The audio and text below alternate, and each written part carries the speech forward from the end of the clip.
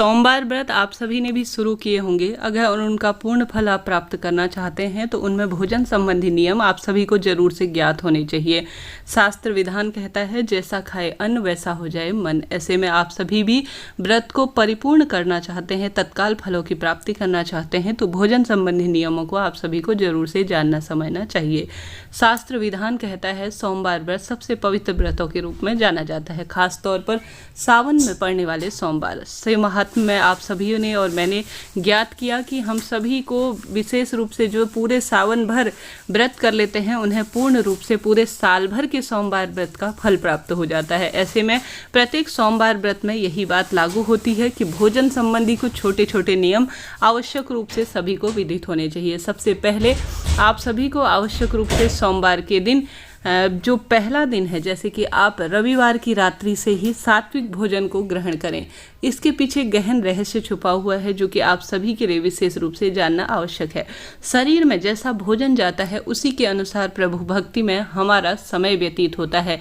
बहुत अधिक तला भुना भोजन करना, भारी भरकम भोजन करना कहीं ना कहीं पूजा पाठ मंत्र जाप इत्यादि के फल को कहीं ना कहीं बाधा ध्यान केंद्रित करने में हम सभी को रोकता है। सामान्य साधारण तरह से भी पूजा कर रहे हैं तो भी भोजन संबंधी नियम जरूर से आप सभी को ज्ञात होने चाहिए। सबसे पहले आप सभी को पहली रात्रि से ही प्याज, लहसुन, बैगन, मसूर की दाल, हरी पत्तेदार सब्जी इत्यादि पूर्ण रूप से परित्याग करना चाहिए। इस बात का ध्यान रखते हुए आप सभी को पहले दिन से ही इस नियम का पालन करना चाहिए। फिर दूसरे दिन आप सभी को पूर्ण रूप से स्वच्छ कपड़ों का चयन करते हुए प्रभु आराधना में अपना समय व्यतीत करना चाहिए। साथ ही पूरे दिन भर में सोमवार व्रत में आप चाय, पानी, दूध, कुछ सात्विक मिष्ठान इत्यादि और साथ ही ड्राई फ्रूट इत्यादि ग्रहण कर सकते हैं, कोई दोष नहीं है। परंतु कई व्यक्ति क्या करते हैं, व्रत है तो हर टाइम जो है खाने का ही कार्य हो, भले ही वह सूखी वस्तु हो या कोई सी भी वस्तु हो, उसे बार बार खाते रहना सही नहीं माना जाता। उपवास का अर्थ होता है भगवान के आसपास वास। अगर आप जो यह सावन सोमवार के व्रत कर रहे हैं तो उसमें इस बात का ध्यान रखिए कि व्रत के दिन जैसे आप फलाहारी इत्यादि भी कर रहे हैं, सिर्फ एक ही समय आराम से बैठकर तल्लीनता से आपको भोजन करना चाहिए। ऐसे में आप सभी को तभी जो है पूर्ण फलों की प्राप्ति होगी। आप एक समय में एक बार में अच्छे से जो है फलाहार इत्यादि कर लें, उसके बाद जो है बार बार जो है भोजन, जैसे कि भोजन में आप जो व्रत में खाने वाली सामग्री होती है उसे बार बार ग्रहण ना करें, इस बात का ध्यान रखें।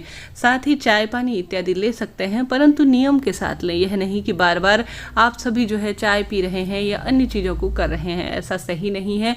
यह तप और तपस्या के रूप में व्रत को जाना जाता है कि जो कि हमारी इंद्रियों को काबू करने के लिए होता है। तो आप सभी को आवश्यक रूप से इन चीज़ों का ध्यान करना चाहिए। साथ ही आप सभी को रात्रि में नमक वाला भोजन जो है पूर्ण रूप से परित्याग की श्रेणी में आता है। आप सभी को जो है सोमवार व्रत हो, पशुपति व्रत हो या 16 सोमवार हो, उनमें कभी भी नमक नहीं खाना चाहिए। इस बात का ध्यान रखते हुए अपने व्रत को पूर्ण करें। रात को अगर आप कुछ भी भोजन में बना रहे हैं तो उसमें नमक नहीं खाया जाता।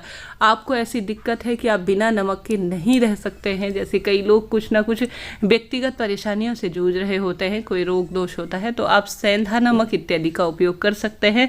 परंतु सावन सोमवार व्रत में नमक नहीं खाया जाता। और व्रत खोलने की यह प्रक्रिया सबसे महत्वपूर्ण होती है कि जो भी आपने भगवान को भोग लगा रखा है, कोई भी चीज़ आपने बना रखी है साफ स्वच्छ सात्विक चीज़, प्याज लहसुन इत्यादि जो है सोमवार व्रत में भोजन आप व्रत खोल रहे हैं, कई लोग इससे भी अनजान हैं, प्याज लहसुन इत्यादि पूर्ण रूप से परित्याग करें सावन सोमवार व्रत खोलने में।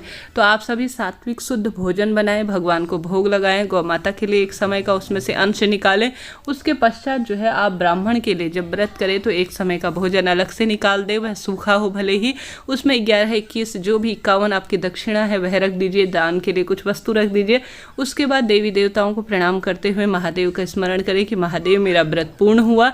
अब जो है आपने जो भगवान को भोग लगा रखा है सबसे पहले वह प्रसाद स्वरूप आपको ग्रहण करना है, उसके पश्चात जो है अपने व्रत को खोलना है। इस तरह से जो है यह व्रत खोलने की प्रक्रिया होती है। इस तरह से साधारण सरल सी जानकारी थी परंतु बहुत महत्वपूर्ण थी, आपके काम आएगी। कभी भी नमक का सेवन न करें। हरी पत्तेदार सब्जियां, प्याज लहसुन बैगन और जो मसूर की दाल होती है ना, वह तामसिक चीज़ों में सावन के महीने में श्रेणी में आती हैं, तो उन चीज़ों का पूर्ण रूप से परित्याग करते हुए अपने व्रत को खोलें। तो इस तरह से यह जानकारी थी। वीडियो उचित रहा हो, उपयोगी रहा हो तो कृपया चैनल को लाइक करें, शेयर करें, सब्सक्राइब करें। जय माता दी, हर हर महादेव।